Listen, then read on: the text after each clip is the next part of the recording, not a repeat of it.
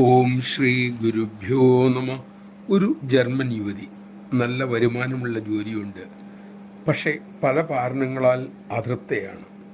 ഉള്ളിലുള്ള അതൃപ്തിയെ മറികടക്കാൻ മദ്യവും പുകവലിയും സിനിമയും കളിയും യാത്രയും ഒക്കെ ചെയ്തു നോക്കി. ഫലമുണ്ടായില്ല. മരിക്കാനും ശ്രമിച്ചു നോക്കി. പക്ഷെ മരണദേവത സ്വീകരിച്ചില്ല. അങ്ങനെ കാലം കടന്നു പോകവേ ഒരു നാൾ ഉദിച്ചുയരുന്ന സൂര്യനെ നോക്കി അവർ അട്ടഹസിച്ചു. എന്താണിത്? മതി മതി, എനിക്ക് മതിയായി. എനിക്കിങ്ങനെ തുടരാൻ സാധ്യമല്ല. മടുത്തു.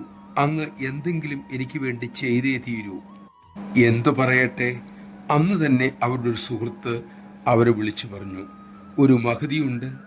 അവരുടെ മാസ്മരികമായ ആശേഷത്താൽ ആരുടെയും ഏതു ദുഃഖവും അകലും, ഇല്ലാതെയാവും.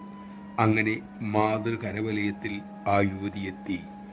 ശാശ്വത ശാന്തിയുടെ വാതിലുകൾ അവർക്ക് മുന്നിൽ തുറക്കപ്പെട്ടു. നമഃശിവായ. തിരുസന്നിധിയിലെ സത്സംഗവേളയിൽ അവർ പറഞ്ഞതാണ് ഇക്കാര്യം. ഇത് യാദൃച്ഛികതയല്ല.